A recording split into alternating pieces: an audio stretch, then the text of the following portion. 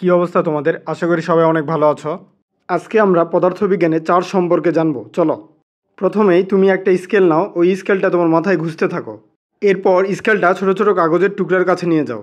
দেখবে কাগজের টুকরাগুলি স্কেলের গায়ে লেগে যাচ্ছে। এর কারণ হচ্ছে স্কেলে এক ধরনের চার্জ তৈরি হয়। তুমি যদি অন্তর্চক্ষু দিয়ে দেখো তাহলে দেখবে স্কেলটা ক্ষুদ্র ক্ষুদ্র পরমাণু দিয়ে তৈরি। আবার এই পরমাণু ইলেকট্রন, প্রোটন ও নিউট্রন দিয়ে তৈরি। ইলেকট্রন ঋণাত্মক চার্জ বিশিষ্ট, প্রোটন ধনাত্মক চার্জ বিশিষ্ট, আর নিউট্রনে কোনো চার্জই নেই। আবার এই স্কেলে যতগুলো ইলেকট্রন আছে ততগুলো প্রোটনও আছে। এই কারণে স্কেলে মোট চার্জের মান শূন্য থাকে। যখন আমি স্কেলটাকে মাথায় ঘুষবো তখন ঘর্ষণের কারণে কিছু ইলেকট্রন মাথায় চলে আসবে। এই কারণে স্কেলে প্রোটনের সংখ্যা স্বাভাবিকের তুলনায় অনেক বেড়ে যায়। তখন স্কেলে থাকা ধনাত্মক চার্জ নিষ্ক্রিয়তা অর্জন করতে চাইবে এবং মাথায় থাকা ইলেকট্রন নিষ্ক্রিয়তা অর্জন করতে চাইবে। তোমরা তো এই বিষয়টা জানো, বিপরীতধর্মী চার্জ পরস্পরকে আকর্ষণ করে আর একইধর্মী চার্জ পরস্পরকে বিকর্ষণ করে। এই কারণে স্কেলকে তুমি যখন কাগজের টুকরার কাছে নিয়ে যাও, স্কেলে থাকা ধনাত্মক চার্জ কাগজে থাকা ঋণাত্মক চার্জকে আকর্ষণ করে।